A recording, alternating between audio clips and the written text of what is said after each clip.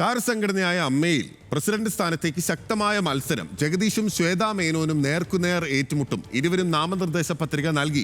General secretary സ്ഥാനത്തേക്ക് മത്സരിക്കാൻ ബാബുരാജും joint secretary സ്ഥാനത്തേക്ക് അൻസിബ ഹസനും പത്രിക നൽകിയിട്ടുണ്ട്. പത്രിക സമർപ്പിക്കേണ്ട അവസാന തീയതി ഇന്നാണ്. സൂക്ഷ്മ പരിശോധനയ്ക്ക് ശേഷം വൈകിട്ട് 5:30 സ്ഥാനാർത്ഥി പട്ടിക പ്രസിദ്ധീകരിക്കും എന്നുള്ളതാണ് ഏറ്റവും പ്രധാനപ്പെട്ട വിവരം. സൈഫുന്നീസ അലിയാരാണ് നമുക്കൊപ്പം ചേരുന്നത്.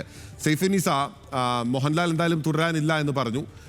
കുഞ്ചാക്കോ ബോബനും വിജയരാഘവന്റെയും പേര് പറഞ്ഞു കേട്ടിരുന്നു. പക്ഷെ അതൊരു മുൾക്കിരീടമായി മാറുമോ എന്ന ആശങ്ക അവരുമായി ബന്ധപ്പെട്ട പല ആളുകളും പറഞ്ഞു. ഇടവേള ബാബു വീണ്ടും സജീവമാകുന്നു എന്ന കഥ കേട്ടു. ഇപ്പോൾ ഈ പ്രസിഡന്റ് സ്ഥാനത്തേക്ക് ഈ പറഞ്ഞു കേൾക്കുന്ന 2 പേരുകളെ ഉറപ്പിക്കാമോ? അതിലൊതുങ്ങുമോ?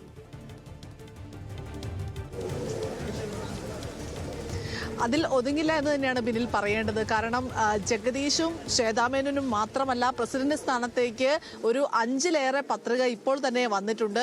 മൊത്തം 508 അംഗങ്ങളാണ് അമ്മയിലുള്ളത്. അതിൽ 125ഓളം പത്രികകൾ ഇതുവരെ, അതായത് ഇന്നലെ വരെ അമ്മയുടെ കലൂരിലെ ഓഫീസിൽ നിന്ന് അപേക്ഷകൾ വാങ്ങിക്കൊണ്ട് പോയവരുണ്ട്. അതിൽ ഇന്ന് വൈകിട്ട് 4 മണി വരെയാണ് പത്രിക സമർപ്പിക്കാനുള്ള സമയം. അതിനകത്ത് എത്ര പേർ പത്രിക സമർപ്പിക്കുമെന്നാണ് കാണേണ്ടത്. പക്ഷേ പ്രധാനപ്പെട്ട കാര്യം, മുൻപൊന്നും ഇല്ലാത്തതുപോലെ പ്രസിഡന്റ് സ്ഥാനത്തേക്ക് ഒരു തെരഞ്ഞെടുപ്പ് വരികയാണ്. പ്രസിഡന്റ് സ്ഥാനത്തേക്ക് ജഗദീഷും ശ്വേതാ മേനോനും നേർക്കുനേർ മത്സരിക്കാൻ പോവുകയാണ്.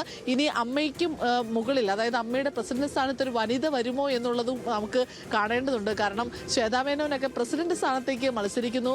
ജഗദീഷ്, നേരത്തെ വൈസ് പ്രസിഡന്റ് ആയിരുന്ന ജഗദീഷ് ഇപ്പോൾ പ്രസിഡന്റ് സ്ഥാനത്തേക്ക് മത്സരിക്കുന്നു. ഒപ്പം തന്നെ ബാബുരാജ് ജനറൽ സെക്രട്ടറി സ്ഥാനത്തേക്ക് പത്രിക നൽകി. ജോയിന്റ് സെക്രട്ടറി സ്ഥാനത്തേക്ക് അൻസിബ ഹസൻ പത്രിക നൽകി. ജോയ് മാത്യു, രവീന്ദ്രൻ, അനന്യ, സരയു, അങ്ങനെ നിരവധി പേർ, സബിത ബേട്ടി അടക്കമുള്ള, ലക്ഷ്മിപ്രിയ അടക്കമുള്ള, നമുക്ക് അമ്മയിലെ താരങ്ങളിൽ മിക്കവരും തന്നെ ഇത്തവണ തെരഞ്ഞെടുപ്പിന് മുന്നിട്ട് നിൽക്കുന്നു, സ്ഥാനാർത്ഥിയാകാൻ കച്ചകെട്ടി നിൽക്കുന്നു എന്നുള്ളതാണ് പ്രധാനപ്പെട്ട വിവരം.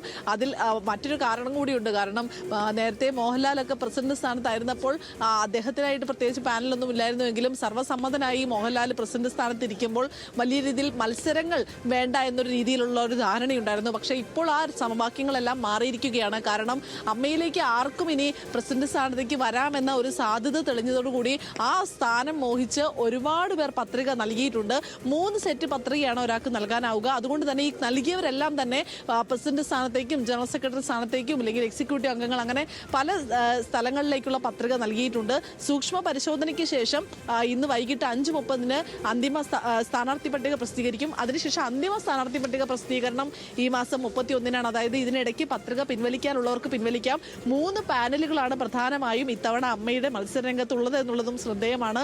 അതിൽ ജോയ് മാത്യു, ജഗദീഷ് എന്നിവരുടെ ഒരു പാനലാണ്. മറ്റൊന്ന് ഈ ബാബുരാജ്, അൻസിബ തുടങ്ങിയവരുടെ ഒരു പാനൽ. ഒരുപാട് പാനലുകൾ ഉണ്ട്. പക്ഷേ പ്രധാനപ്പെട്ട ആളുകളെ എല്ലാം തന്നെ പ്രസിഡന്റ് സ്ഥാനത്തേക്കൊക്കെ ഒരു കോംപ്രമൈസ് സമവായത്തിലൂടെ കൊണ്ടുവരാനുള്ള ശ്രമങ്ങൾ നടന്നിരുന്നു. പക്ഷേ അവരൊന്നും തയ്യാറല്ല എന്നുള്ളതാണ് മറ്റൊരു പ്രധാനപ്പെട്ട കാര്യം. അതൊരു മുൾക്കിരീടമായി തലയിൽ നിൽക്കുന്നു എന്ന് പലരും ആശങ്കപ്പെടുന്നുണ്ട്. എന്തായാലും നോക്കാം. നമുക്കിന്ന് വൈകിട്ടാണല്ലോ ഈ സ്ഥാനാർത്ഥി പ്രഖ്യാപനം അല്ലെങ്കിൽ പട്ടിക എങ്ങനെ അന്തിമമായി പുറത്തു വരിക. സൈഫുന്നീസ അലിയാരാണ് ഈ പ്രധാനപ്പെട്ട ദ ബിഗസ്റ്റ് വാർത്തയുടെ വിവരങ്ങൾ നൽകിയത്.